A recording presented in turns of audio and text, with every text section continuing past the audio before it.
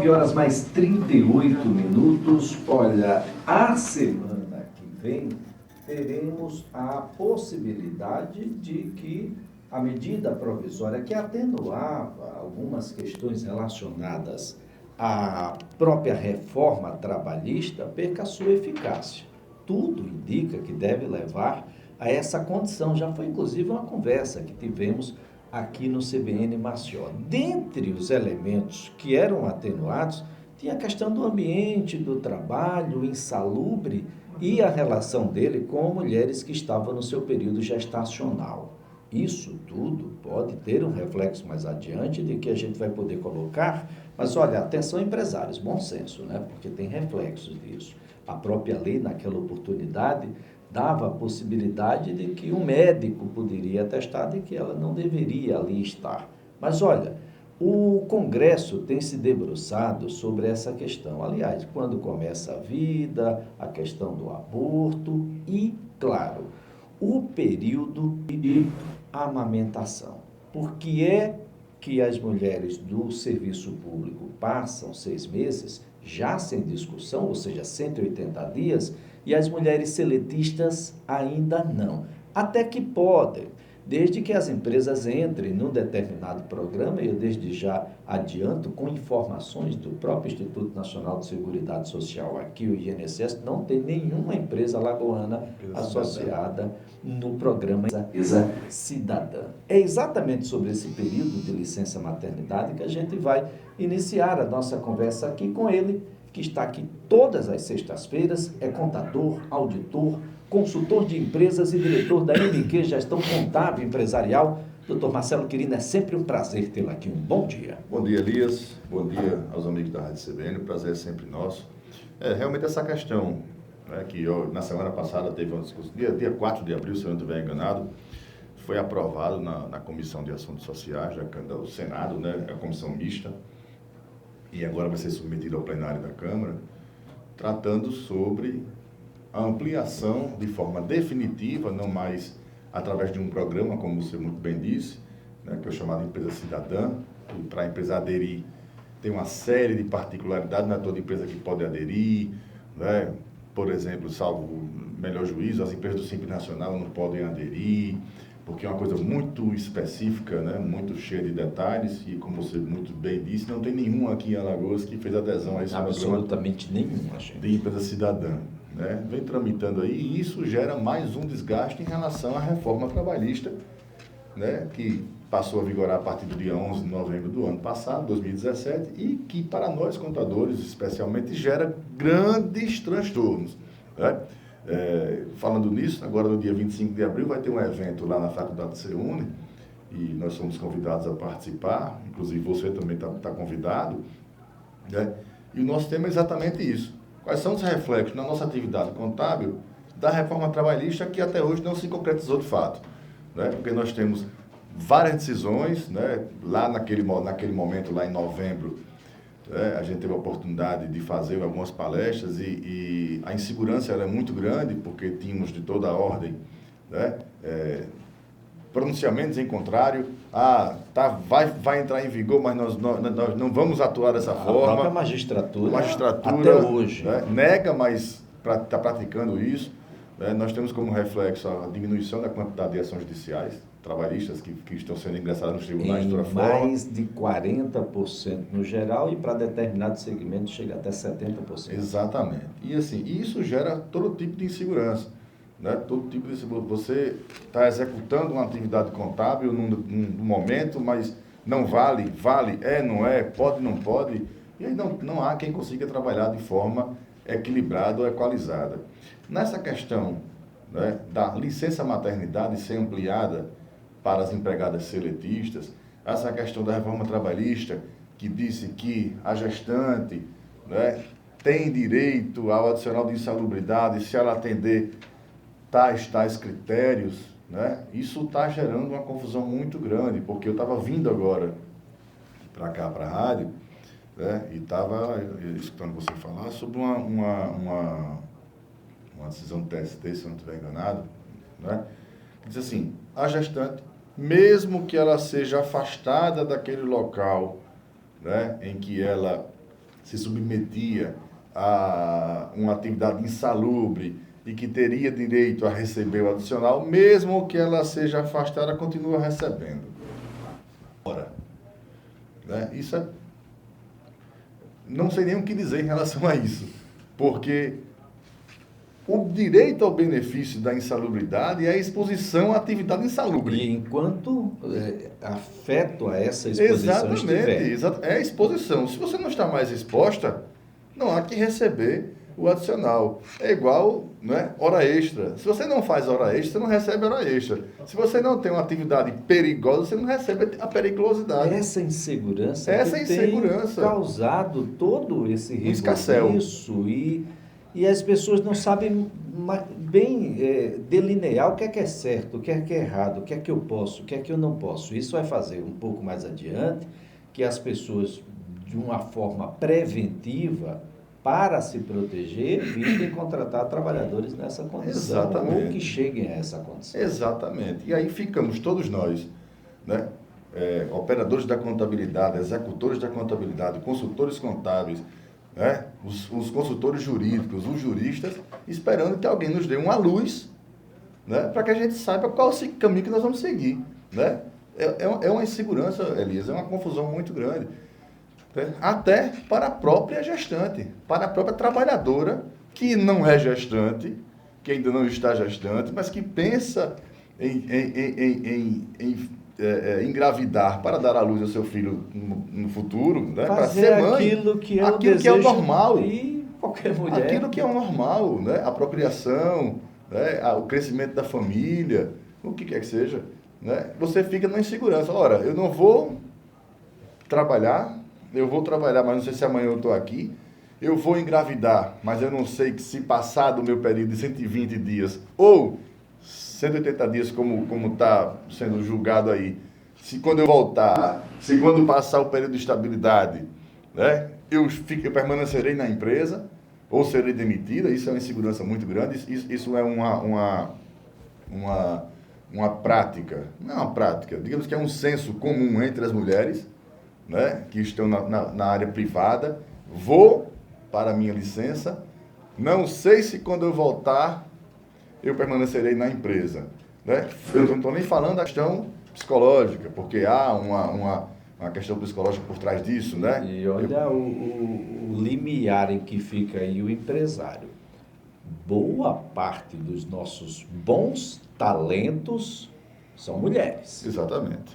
E aí eu abro mão do talento por 6 meses, ou eu perco o talento para sempre, ou eu simplesmente evito ter esse talento na minha empresa. Ou eu simplesmente eu cumpro a lei. Ou você cumpre a lei. É possível a gente fazer um estudo comparado de como é até agora e como pode ficar, caso essa medida provisória perca a sua eficácia? É possível, sim. Eu tiro lá pelo nosso escritório. Né? No nosso escritório, 80% dos nossos contratados são mulheres. 80%? 80% são mulheres. Né? Bom, vamos pedir para o pessoal ter vocês, né? Vamos ver quem é da vez. Vamos fazer uma escala. Fazer uma escala. Para todo mundo vai ficar complicado. E lá nós temos algumas que já são mães. Por experiência própria, né? E até porque eu também sou pai, né? E minha esposa teve 2 filhos, nós tivemos 2 filhas. A gente sabe que durante o período de licença maternidade há uma dedicação exclusiva da mãe ao seu filho recém-nascido. Né? E a gente sabe também que há uma preocupação da mãe, né, quando vai sair do seu lar, que acabou aquela licença, para voltar ao trabalho, há uma preocupação de assim, como ficará o meu filho em casa? Por óbvio, Elias, uma criança de 4 meses não tem a mesma evolução de uma criança de 6. É óbvio, né? É claro, é cristalino, você está vendo isso, né?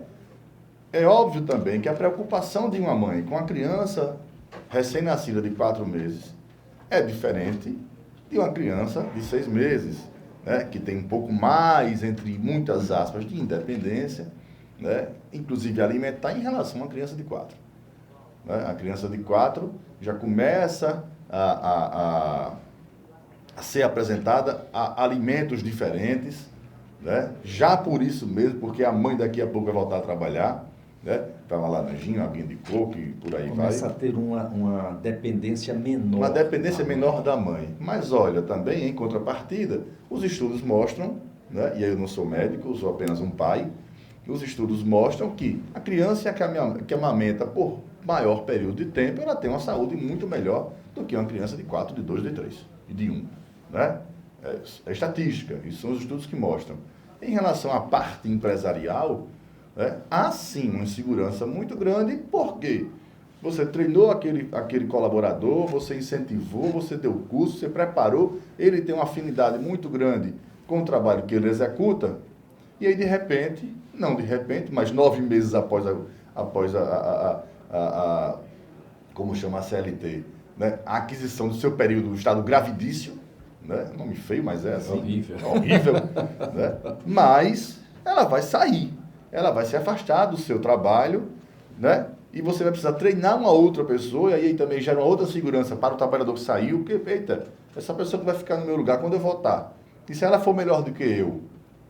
Né? E Como se é a que empresa não me fica, quiser? né? Gera uma São insegurança muitas as para todo interrogações. mundo, mas é uma coisa que acontece naturalmente. Agora, doutor Marcelo Quirino, do ponto de vista prático, vamos falar aqui sobre a ótica contábil.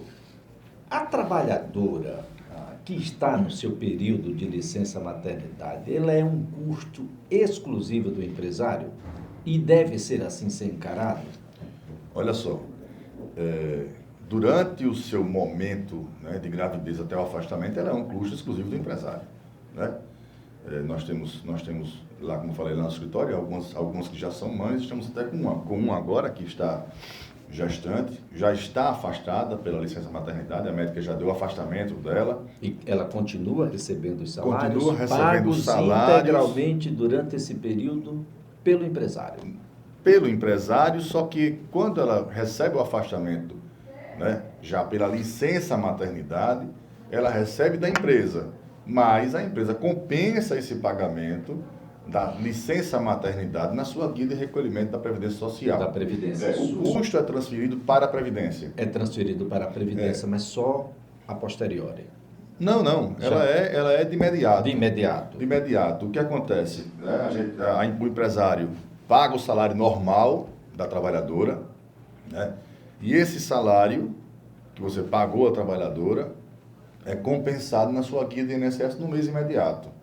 Né? Por exemplo, nós estamos em abril, né?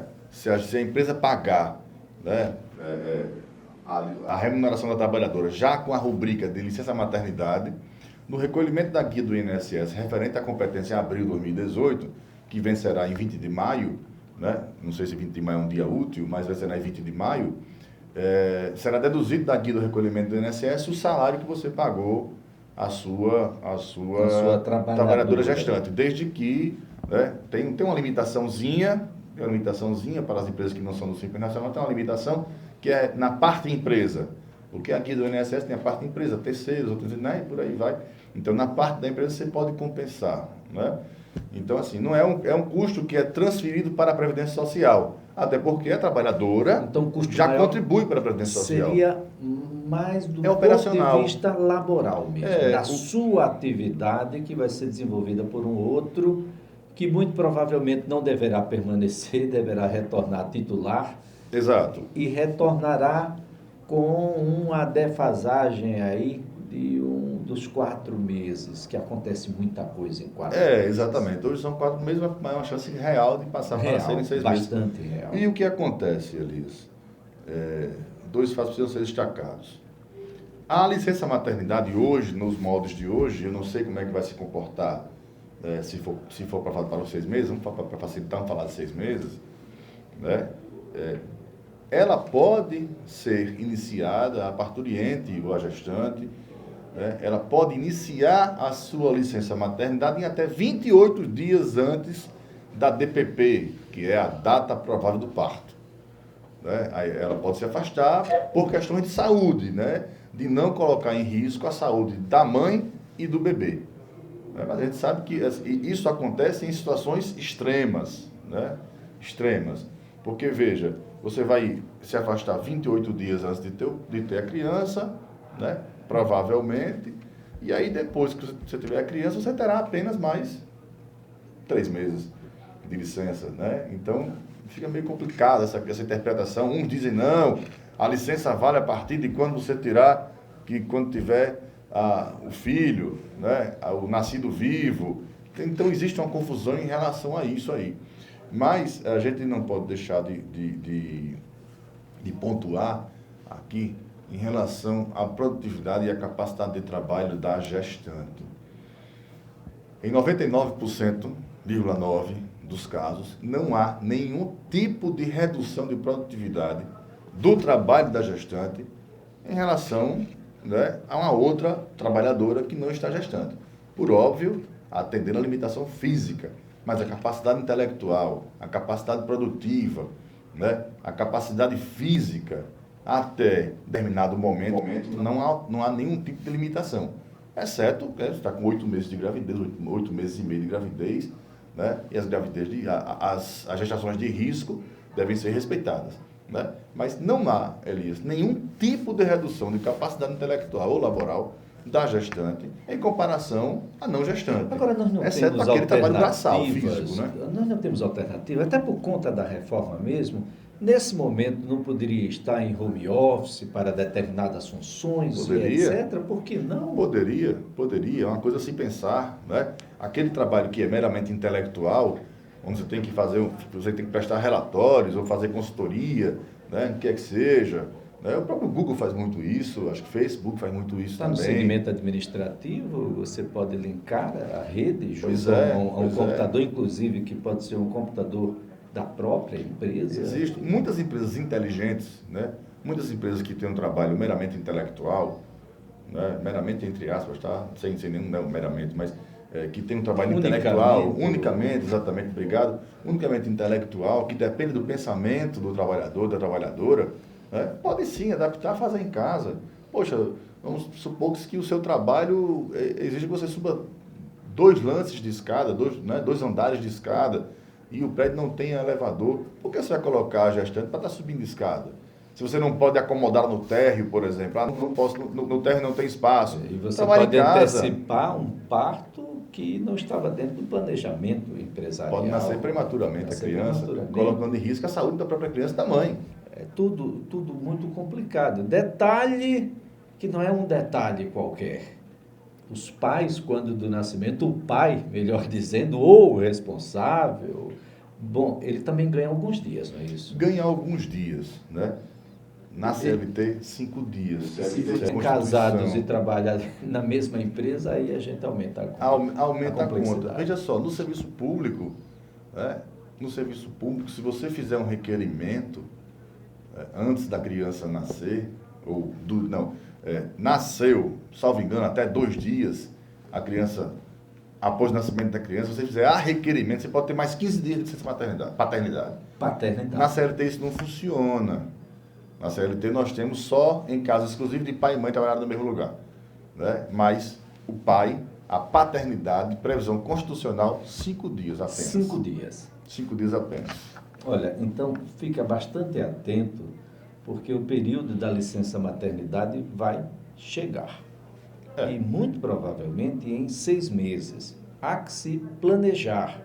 Não dá para simplesmente você acreditar de que não vai ter mulheres no seu ambiente. Aliás, muito cuidado. Se esse for o argumento para alijar candidatos a determinados cargos e funções dentro da sua empresa.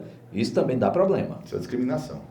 Né? Isso não pode. A empresa pode optar, né, em dizer, não, eu aqui dentro, na minha parte operacional, eu prefiro trabalhar com tal segmento, né, com tal sexo, né? Porque a minha atividade braçal, seja, que não há nenhum tipo de limitação, é a opção da empresa. Eu não posso divulgar esse tipo de coisa. Eu não posso segregar, eu não posso vetar a participação de um candidato, né, àquele posto por questão de sexo, né, de gênero. Como uma reflexão vale a pena?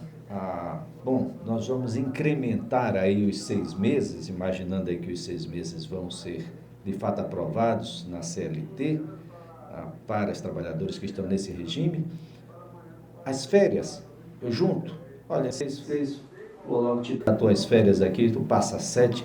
seria melhor do que ela pedir essas férias um pouco mais adiante, ou isso está dentro daquele ano, daquele período em que as férias precisam necessariamente ser gozadas? Elias, isso já é uma prática, né, que é feita pelas empresas, né? Quase todas as empresas já fazem isso. Né? As empresas que realmente se preocupam com seus trabalhadores fazem isso, né? Porque entendem que 4 meses é muito pouco para você ficar com seu filho recém-nascido. Né? Lá no nosso escritório a gente já faz isso há anos. A gente vamos usar uma palavra, emenda. Né? Emenda. A gente emenda. Junta tudo. Junta. Após os 4 meses da licença, a gente concede as férias, né, aos nossos trabalhadores. Aquelas que têm direito já, que já tem o período aquisitivo. Imagina, a criança está com gozado, quase 1 ano, minha gente. Ele está com 7 meses. Essa é uma mãe que sai de casa muito mais segura. Segura. E foca segura. o seu pensamento nas suas atribuições que estão ali dentro da empresa. Exato, exato. E assim, o nosso entendimento, o meu particular, meu Marcelo Quirino, é que nada mudará. Você passando de 4 para 6. Ora, se você já tem uma trabalhadora afastada, você vai ter que treinar uma outra pessoa para fazer a função daquela que está sob afastamento de maternidade. Né? Que diferença fará de 4 para 6? Já que o seu custo não vai aumentar. Né? Seu custo, você treinar uma trabalhadora para ficar no lugar de outra, né, durante 4 meses, vai ser o mesmo custo para treinar para ficar no lugar de 6. Tá? O risco maior, né, é que você tenha que ficar com 2 pessoas, porque as 2 são muito boas. São muito legais. Você vai ampliar a sua equipe. Né? E aí eu digo o seguinte, a insegurança maior, ela é muito maior para a trabalhadora que está afastada, eu digo a insegurança psicológica, ela é muito maior para aquela que está afastada do que para aquela que está no lugar. Porque se aquela que está no lugar fizer um trabalho muito bem feito, né, a que está afastada está com 1 milhão de interrogações na cabeça, pensando, meu Deus do céu, quando eu voltar? E se eu voltar? E se eu não conseguir voltar? Né? E se, quando eu voltar, a outra for melhor do que eu? E se a empresa não me quiser mais? Então tem a questão, será que depois de 7 meses afastada, eu vou ter o mesmo ritmo de trabalho? Né? Será que produtividade. A mesma produtividade? No começo não tem. No começo não tem. Porque você está enferrujada. Né? Você vai readquirir, né? Vai voltar a conhecer os caminhos da empresa, os caminhos da sua operação de trabalho. Então, é um risco que todo mundo vai ter que correr. Né? Mas, por questão social, Elias, tem que fazer. E aí tem que fazer. Está dentro da função social da empresa. Exatamente. Imaginar que você tem filhos e que a sua mulher em algum momento também teve que fazer a mesma coisa. Pois é. Né? Você em algum momento estará do outro lado. Do outro lado, com certeza. Estará no outro lado. Lembre-se, as filhas, as netas, etc. Doutor Marcelo Quirino, é sempre um prazer tê-lo aqui. Até a próxima sexta. Meu amigo Elisa, o prazer sempre muito meu. Que Deus nos ilumine e nos dê um final de semana com muita luz. Às 10h01, acompanhe então o repórter CBN.